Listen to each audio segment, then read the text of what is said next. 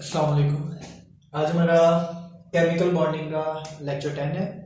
आज हमने पढ़ना है कोवलेंट बॉन्ड। तो इसको डिफाइन कर रहे हैं हम पहले। अगर हम देखें कोवलेंट बॉन्ड क्या होता है, हम कहते हैं कि कोवलेंट बॉन्ड ऐसा बॉन्ड है जो कि दो एटम्स के दरमियान इलेक्ट्रॉन्स की म्यूचुअल शेयरिंग से बनता है। मतलब दो एटम्स हैं, वो आपस में बॉन्ड बनाना चाह रहे हैं, वो बॉन्ड बनाते हैं, तो दोनों एटम्स जो हैं वो अपने इलेक्ट्रॉन का हिस्सा डालते हैं। म्यूचुअल शेयरिंग कहते हैं जब दोनों तरफ से इलेक्ट्रॉन्स आते हैं। ठीक है जी। तो क्या हुआ फिर? Covalent bond formed by the mutual sharing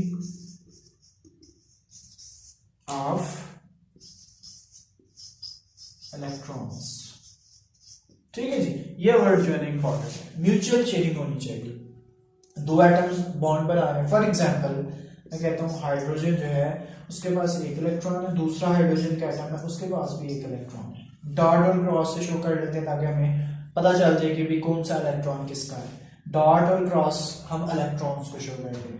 इसके पास भी एक इलेक्ट्रॉन है, ये चाहता है कि इसका डुप्लेट पूरा हो जाए, दो इलेक्ट्रॉन पूरे हो जाए। इसके पास भी एक इलेक्ट्रॉन है, ये भी दो पूरे करना चाहता है। तो फिर ये क्या करते हैं, ये दोनों अपने इलेक्ट्रॉन्स एक दूसरे से शेयर कर लेते हैं।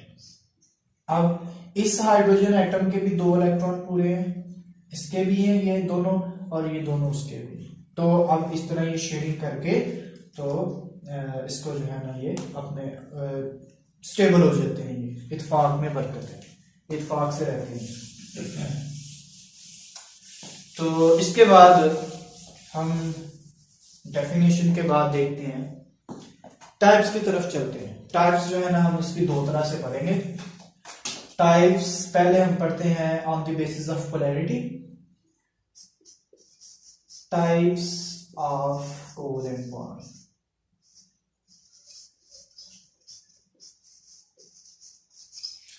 अच्छा जी, अब जो कोवलेंट बॉन्ड की अगर हम टाइप्स की बात करें तो इसमें हम पोलैरिटी के लिहाज से पहले देख लेते हैं।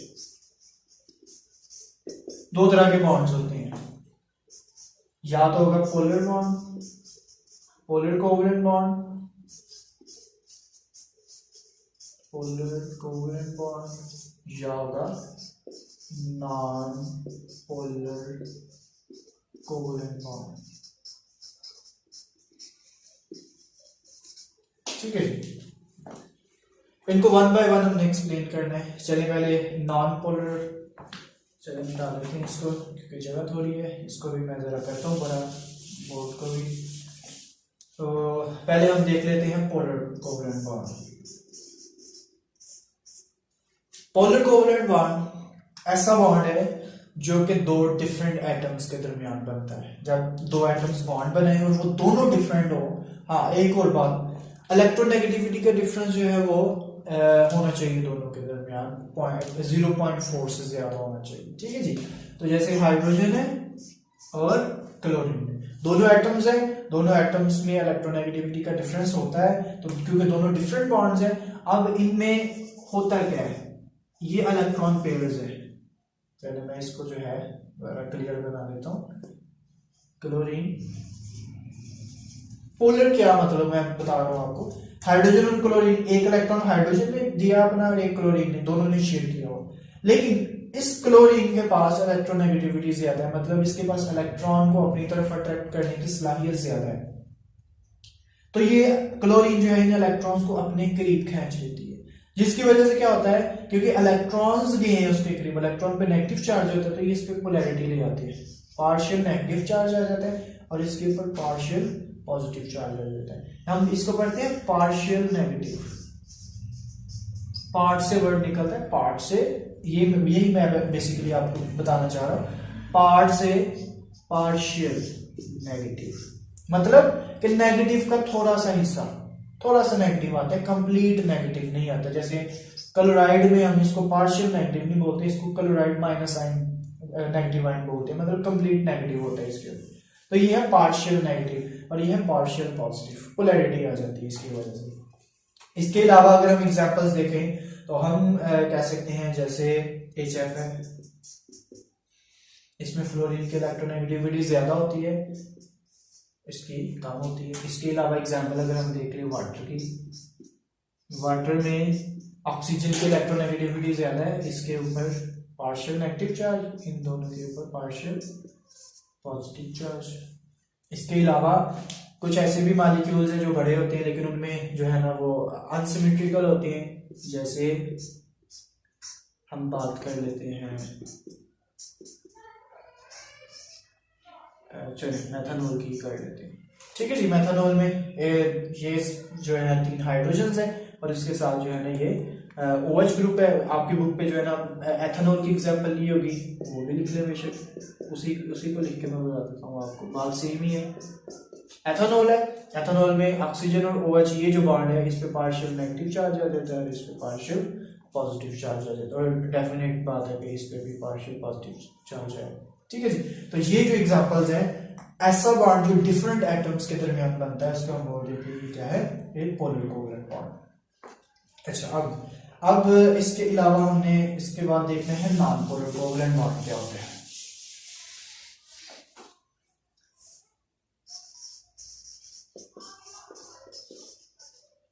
Non polar covalent bond, non polar covalent bond कहते हैं ऐसा बॉन्ड जो सेम एटम्स के दरमियान बनता है, लेकिन जरूरी नहीं है सेम एटम्स ही हो, बाजू का डिफरेंट एटम्स होती हैं फिर भी वो बॉन्ड नॉन पोलर होता है। तो वो एग्जांपल्स भी हमने देखनी है। पहले सिंपली ये देख लें कि जब सेम एटम्स के दरमियान जो बॉन्ड बनता है वो तो बेसिकली नॉन पोलर ही होता है। जैसे मैं कहता हूँ एक हाइड्रोजन और दो हाइड्रोजन के दरमियान जो बॉन्ड बनते हैं, क्योंकि दोनों सेम चीजें और दोनों इलेक्ट्रॉन्स को सेम इक्वली अट्रैक्ट करेंगी, इक्वली शेयर करेंगी, तो इनमें इलेक्ट्रॉन जो पेयर है वो 50-50% जो है ना शेयर हुआ होता है, इक्वली शेयर्ड होता है, इसलिए ये नॉन पोलर होता है। ना तो किसी की तरफ जाता है ना तो किसी से दूर जाता है, इसलिए ना किसी पे पॉजिटिव चार्ज ना किसी पे नेगेटिव चार्ज, तो ये नॉन पोलर होते हैं। अगर Cl2 की बात कर ले, ये भी जो है सिमिलर एटम्स है, तो इलेक्ट्रॉन का जो पेयर है एक इलेक्ट्रॉन दूसरा इलेक्ट्रॉन, ठीक है जी, ये दोनों इक्वली शेयर्ड होते हैं। इसके अलावा आप F2 की बात कर ले, ठीक है जी, तो जितने भी सिमिलर एटम्स हैं इनके दरमियान क्या बनता है कि ये नॉन पोलर कोवलेंट बॉन्ड है। हाँ, पोलर जो नॉन पोलर कोवलेंट बॉन्ड है ये डिफरेंट एटम्स के दरमियान भी बन सकता है, लेकिन उसके लिए जरूरी है कि जो आपका मॉलिक्यूल है वो सिमेट्रिकल होना चाहिए। फॉर एग्जांपल CH4 कार्बन और हाइड्रोजन डिफरेंट एटम्स है, लेकिन इसमें क्या होता है, इसमें ये होता है, ऐसे पहली बात ये है कि कार्बन और हाइड्रोजन में जो इलेक्ट्रोनेगेटिविटी का डिफरेंस होता है वो बहुत ही कम होता है। ठीक है जी, ये तकरीबन 0.3 या 0.4 का डिफरेंस होता है, तो ये वैसे ही नॉन पोलर है। लेकिन अगर वैसे भी देख लिया जाए तो इसमें हाइड्रोजन और हाइड्रोजन ये मॉलिक्यूल एक दूसरे की पोलैरिटी को कैंसिल आउट कर देते हैं। अब इस तरफ से पोलैरिटी और इस तरफ ये दोनों एक दूसरे की पोलैरिटी को कैंसिल आउट कर देते हैं। अब एक और इसी तरह की एग्जांपल मैं ले लेता हूँ, इससे अच्छी एग्जांपल है वो CCl4, ये है CCl4 मॉलिक्यूल है। अगर इसमें देखा जाए तो कार्बन और क्लोरीन का जो बॉन्ड है ये पोलर है, क्लोरीन की इलेक्ट्रोनेगेटिविटी ज्यादा होती है, तो इसलिए इस पे पार्शियल नेगेटिव पार्शियल पॉजिटिव, ये भी नेगेटिव है पार्शियल नेगेटिव। ठीक है जी, तो ये कुछ सिचुएशन बनती है इस तरह। अच्छा, अब ये है तो डिफरेंट एटम्स के दरमियान बॉन्ड बना है, तो फिर ये नॉन पोलर क्यों है, हम इसको कह रहे हैं नॉन पोलर में, और ये मैं पोलैरिटी क्यों शो कर रहा हूं। देखिए, अब कार्बन और क्लोरीन का अगर ये बॉन्ड देखा जाए ना, तो मैं वर्ड बोल रहा हूं बॉन्ड, तो ये बॉन्ड पोलर है, मैं मॉलिक्यूल की बात नहीं कर रहा। ठीक है जी, ये बॉन्ड तो पोलर है, ये बॉन्ड भी पोलर है, ये बॉन्ड भी पोलर, और सारे बॉन्ड जो है ये पोलर है इंडिविजुअली एक एक करके लेकर। लेकिन ये पूरा मॉलिक्यूल CCl4 पूरा मॉलिक्यूल एज अ होल जो है ये नॉन पोलर होता है। उसकी रीजन ये है कि इसमें जितने भी बॉन्ड्स हैं वो सिमेट्रिकल हैं एक दूसरे से, इसकी पोलैरिटी ऊपर है, इसकी पोलैरिटी नीचे की तरफ है डायरेक्शन, ये दोनों एक दूसरे के कैंसिल आउट कर देंगे। इसी तरह इसकी पोलैरिटी को ये कैंसिल आउट कर देगा, तो इस तरह जब सिमेट्रिकल मॉलिक्यूल होता है जिसमें पोलैरिटीज कैंसिल आउट हो जाती हैं, उसमें हम बोलते हैं कि ये क्या है, ये भी नॉन पोलर है। इसके अलावा जैसे एग्जांपल लिखी होगी इथेन की एग्जांपल भी होगी और डाइसिलीन्स की एग्जांपल भी है। जैसे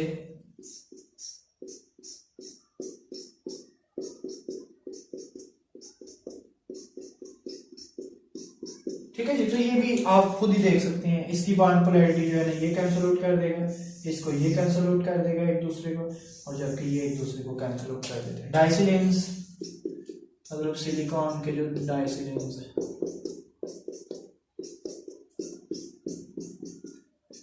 ये भी आप देख सकते हैं, ये कैंसिल आउट, इधर से ये सिमेट्रिकल है कैंसिल आउट, और ये यहां से कैंसिल आउट हो जाते हैं। ठीक है जी, तो पोलैरिटी कैंसिल आउट हो जाती है। तो डिफरेंट एटम्स हो, बेशक बॉन्ड भी बना हो डिफरेंट एटम्स के दरमियान, लेकिन वो फिर भी नॉन पोलर हो सकता है।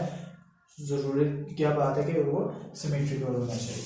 अब इसके बाद हम देखते हैं टाइप्स ऑफ कोवलेंट बॉन्ड्स इसको on the basis of number of electrons, कितने इलेक्ट्रॉन शेयर किए हैं। तो types of covalent bond on the basis of number of electron pairs shared, कितने इलेक्ट्रॉन के पेयर जो है शेयर किया हुआ है। इसमें हम पढ़ते हैं सिंगल कोवलेंट बॉन्ड। आपकी बुक पे इन चीजों को जो है ना मिक्सअप कर दिया हुआ है, इसलिए आपने इसको बड़े ध्यान से सेपरेट करना है। आपने जरूरी नहीं है कि सारी की सारी एग्जांपल्स ही करनी है, जो कंफ्यूजन है वो आपने लाजमी दूर करनी है, सबको सेपरेट करना है। ठीक है, तो पोलर और नॉन, बेसिकली आपकी बुक पे सिर्फ हेडिंग पोलर और नॉन पोलर की दी हुई है। आपकी बुक पे ये हेडिंग दी नहीं हुई, लेकिन इसकी एग्जांपल्स दी हुई है। सिंगल कोवलेंट बॉन्ड एफएससी की बुक जो पार्ट 1 की है, मैं उसकी बात कर रहा हूँ। कुछ बाकी जो लोग इंडिया से या दूसरी कंट्री से जो देखते हैं वो सिर्फ कॉन्सेप्ट ही लेते हैं यहाँ से, तो वो अपनी बुक के अकॉर्डिंग जो है ना उनकी बुक्स पे में भी दिया होगा। तो अब इसमें आपने जो है ना एफएससी वाले जो है इन्होंने ध्यान से हेडिंग नहीं दी हुई, तो इसलिए आपने इसको देख लेना है, अलग कर लेना है इसको। सिंगल कोवलेंट बॉन्ड,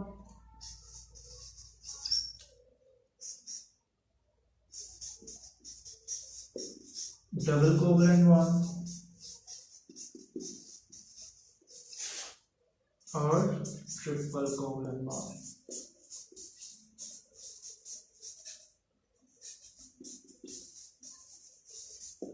ठीक है जी, तो सिंगल कोवलेंट बॉन्ड हम कहते हैं ऐसा बॉन्ड जो कि दो एटम्स के दरमियान बनता है। दोनों एटम एक एक इलेक्ट्रॉन देते हैं और जो पेयर है वो सिंगल एक पेयर बनता है इलेक्ट्रॉन का। मतलब जैसे हाइड्रोजन है, एक इलेक्ट्रॉन है, दूसरा हाइड्रोजन भी एक इलेक्ट्रॉन शेयर करता है। तो अब इन दो एटम्स ने इलेक्ट्रॉन का एक पेयर शेयर किया हुआ है, तो ये जो एग्जांपल है इसको हम बोल देते हैं ये क्या है, ये सिंगल कोवलेंट बॉन्ड है। जैसे इसके अलावा इथेन की अपनी एग्जांपल पढ़ी थी। ठीक है जी, ये हाइड्रोजन यहाँ पे लगी हो, तो ये क्या है सिंगल कोवलेंट। इसको एक लाइन से शो करते हैं हम, single line bond. Single covalent bond जब एक इलेक्ट्रॉन पेयर शेयर किया होता है। डबल कोवलेंट बॉन्ड हम कहते हैं, सारी बात अब आपको सिंपली बड़ी आसानी से पता चल जाएगा, जब दोनों एटम दो दो इलेक्ट्रॉन दे, दो इलेक्ट्रॉन मतलब एक पेयर, एक इलेक्ट्रॉन एक पेयर दे, दूसरा इलेक्ट्रॉन भी एक पेयर दे, तो दोनों के दरमियान जो शेयर्ड है इलेक्ट्रॉन के पेयर है वो दो हो जाए। इलेक्ट्रॉन के दो पेयर्स जो है वो शेयर होते हैं उनके दरमियान। जैसे ऑक्सीजन का मॉलिक्यूल जो है उसके आखिरी शेल में जो है वो 6 इलेक्ट्रॉन्स होते हैं,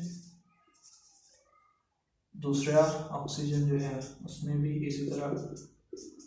ठीक है जी, तो ये दोनों जो है दो इलेक्ट्रॉन ये देगा, मतलब एक इलेक्ट्रॉन का पेयर ये और दूसरा इलेक्ट्रॉन का पेयर यहां से, तो दोनों के दरमियान जो है ऑक्सीजन डबल बॉन्ड ऑक्सीजन। इसके अलावा इथीन की एग्जांपल है इसमें carbon double bond carbon hydrogen यहाँ पे भी। ठीक है जी, तो कार्बन कार्बन डबल बॉन्ड बनता है वो इथीन है। इसको आप सेकेंड ईयर में पार्ट 2 में अल्केन अल्कीन अल्कान के बड़ी तफसील से पढ़ेंगे उसका। अच्छा, इसके बाद डबल कोवलेंट बॉन्ड में अगर हम इसकी एग्जांपल ले ली, अब इसके बाद ट्रिपल कोवलेंट बॉन्ड में हम कहते हैं जब इलेक्ट्रॉन्स के पेयर्स जो है वो तीन इलेक्ट्रॉन के पेयर्स की बात कर रहा हूं, और टोटल इलेक्ट्रॉन 6 हो जाएंगे। जैसे नाइट्रोजन का मॉलिक्यूल है, ठीक है जी, 3 इलेक्ट्रॉन है, दूसरा नाइट्रोजन का मॉलिक्यूल है, तीन इलेक्ट्रॉन्स है इनके पास, तो एक नाइट्रोजन दूसरे नाइट्रोजन के दरमियान N2 में 3 इलेक्ट्रॉन्स होते हैं, ठीक है जी। तो N2 बड़ी गलती लगती है, N2 आप जो है ना N2 के मॉलिक्यूल में डबल बॉन्ड कंफ्यूजन हो जाती है। तो N2 का मतलब है कि 2 नाइट्रोजन के एटम्स हैं और उनके दरमियान ट्रिपल बॉन्ड है। इस तरह इनमें एग्जांपल आ जाएगी इथाइन की, carbon carbon triple bond, 3 electron इधर से आते हैं 3 इलेक्ट्रॉन उधर से आते हैं, तो ट्रिपल बॉन्ड बन जाता है इनके दरमियान। तो ये था सारा कुछ जो है हमारा कोवलेंट बॉन्ड के अबाउट। तो अगर आपका कोई क्वेश्चन है तो आप पूछ सकते हैं, अगर किसी किस्म का कोई भी प्रॉब्लम है तो वो शेयर कर सकते हैं। अल्लाह हाफिज़।